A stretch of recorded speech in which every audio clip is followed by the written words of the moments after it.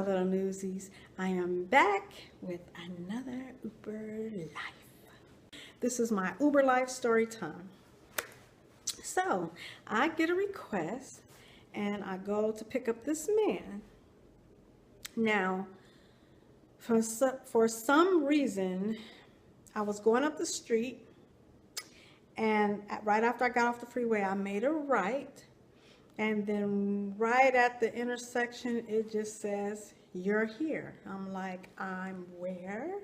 So I decided to pull in at the gas station, and then I decided to come back out the gas station and go on the other side of the freeway to this club, where usually when people get request rides from there, is usually some reason not quite in the right spot.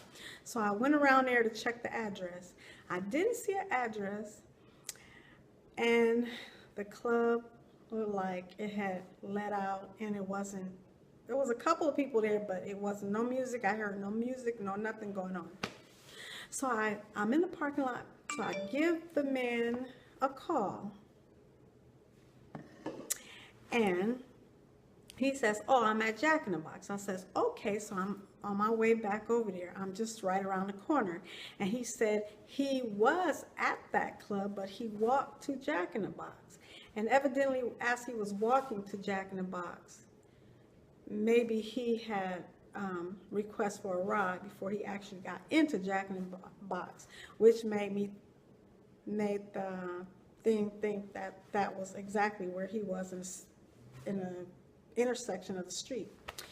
But anyway, so I go back across the freeway, and then the gas station I was at was on one side, and then Jack in the Box was on the other side. So I go around into the back of the Jack in the Box, and I pull at the side door, which I guess was the front door. I'm not sure. And so I pulled by the door. I turned on my hazard lights, and I'm sitting there, and I was about to call to say I'm here.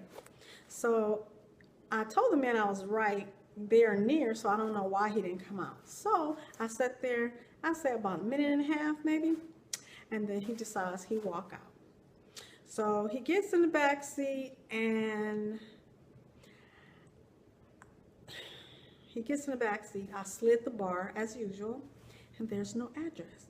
He said, "Oh, I'm just, I can tell you the way how to get there." I'm like, "Oh, okay.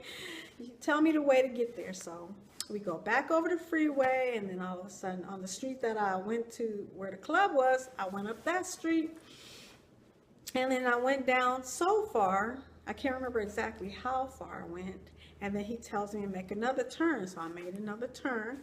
So you're driving, or I was driving, and I'm looking in the rearview mirror, and I'm watching his head do like this.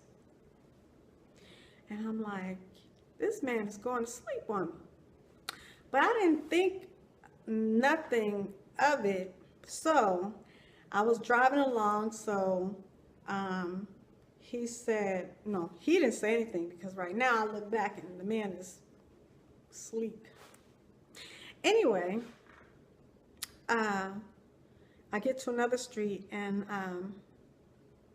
I get him to wake up, and he tells me to turn, and then I was going down the street, and then I come to the end of the street, and so I either have to turn right or left, and I didn't know. So I sat there, and I turned on my hazard lights, and I said, "Hello." And he had his head down. He said, "Hello." He kept saying hello to my hello, but he wasn't holding his head up, and he wasn't waking up. He was just, "Hello." And I was like, "Hello." And he was going, "Hello." And I was like, and I poked him like this on his knee. I'm like, "Hello." And so he wake up, and I says, what is the address to where you're going?"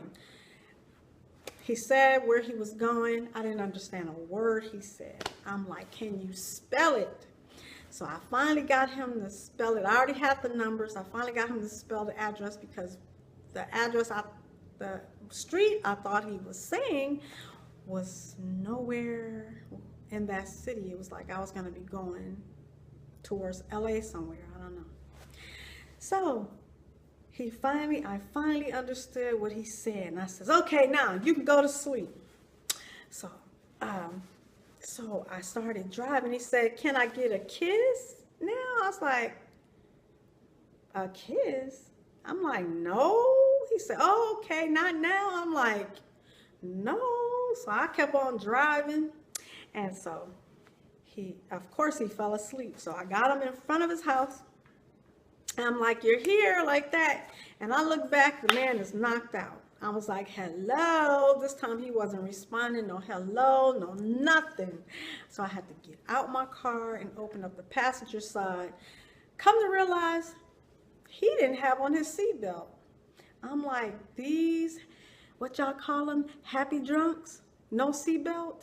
Anyway, I opened the door and he hurried up, and when the air hit him, he jumped up. He said, oh, okay, thank you. And I think he felt a little bit embarrassed, but I don't know where that kiss thing come from. But anyway, I let him out. By the time I got in the car, I couldn't even see him no more. He was gone on in or whatever, or either in the gate and fell out. I don't know. I got my car and I took off because I should never have gotten out of my car. But anyway, that is my story from my Uber life.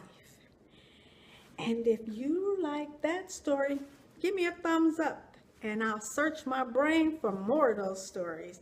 And if I could say I love you, you can definitely love yourself. Bye.